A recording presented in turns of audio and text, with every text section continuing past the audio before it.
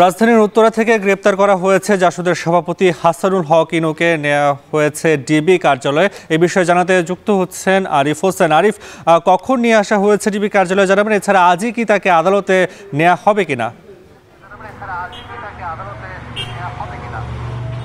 নাফি, এই মুহূর্তে আমরা দাঁড়িয়ে আছি ডিবি কার্যালয়ে। আপনি নিশ্চয়ই জানেন যে হাসানুল হক ইনুকে উত্তরার তার নিজ বাসা থেকে গ্রেফতার করা হয়েছে এবং বিকেলের দিকে তাকে গ্রেফতার করা হয়েছে। গ্রেফতার করে তাকে ডিবি কার্যালয়ে আনা হয়েছে, এমনটা আমাদের তথ্য জানিয়েছেন পুলিশের পক্ষ থেকে। তবে আমরা যে বিষয়টি জানতে পেরেছি যে মিরপুরে শিক্ষার্থী আলভি হত্যা মামলায় তাকে গ্রেফতার দেখানো হবে। আপনি নিশ্চয়ই জানেন যে এই হত্যা মামলায় শেখ হাসিনা সহ 27 জনকে আসামি করা হয়েছে, যেখানে হাসানুল হক ইনু 3 নম্বরের আসামি হয়ে আছেন। আন্তর্জাতিক অপরাধ ট্রাইব্যুনালকে তাকে তার এই অভিযোগপত্রটি অর্থাৎ মামলাটি দেওয়া হয়েছে। আমরা এই মুহূর্তে ডিবি কার্যালয়ের ঠিক সামনে দাঁড়িয়ে আছি। এখানে কড়া নিরাপত্তা ব্যবস্থা কিন্তু রাখা হয়েছে, অর্থাৎ যেমন পোশাকে পুলিশের সদস্যরা রয়েছেন, তেমনি সাদা পোশাকে এখানে সদস্যরা রয়েছেন, আর্মি সদস্যরা রয়েছেন ঠিক গেটের সামনে। সবকিছু মিলিয়ে হাসানুল হক ইনুকে কখন নাগাদ তাকে কোর্টে তোলা হবে সে বিষয়ে এখন পর্যন্ত আমরা নিশ্চিত হতে পারিনি। তবে আমরা যে বিষয়টি জানি যে কোর্টের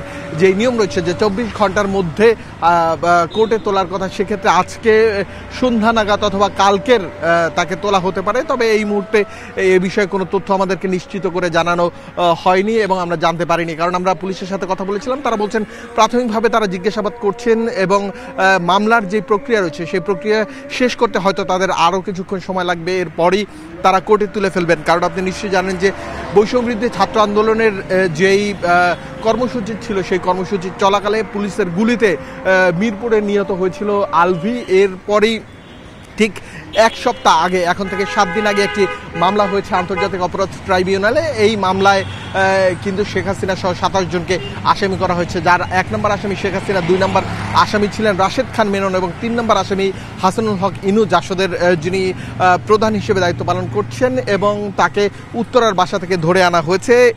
তিনি এই আন্দোলন থেকে শুরু করে কিভাবে সম্পৃক্ত ছিলেন, পুলিশকে নির্দেশ দেওয়া হয়েছে, সব কিছু মিলিয়ে তাকে জিজ্ঞাসাবাদ করা হবে এবং আমরা যতটুকু জানতে পেরেছি তাকে কোর্টে তুলে রিমান্ড আবেদন করা হবে এবং 10 দিনের রিমান্ড আবেদন চাইতে পারেন পুলিশ, এমনটা আমাদেরকে এখন পর্যন্ত নিশ্চিত করেছেন। তবে তাকে কখন নাগাদ কোর্টে তোলা হবে সে বিষয়ে নিশ্চিত করে কিছু জানাননি, যদিও এখন পর্যন্ত তাদের হাতে 24 ঘন্টা আছে, যেহেতু দুপুরের পরে তাকে গ্রেফতার করা হয়েছে। সেই হিসেবে তাকে কোর্টে আজকের অথবা কালকের মধ্যে তোলা হবে, এমনটা আমাদেরকে জানিয়েছেন মামলার প্রসিডিউর শেষ হওয়ার পরেই।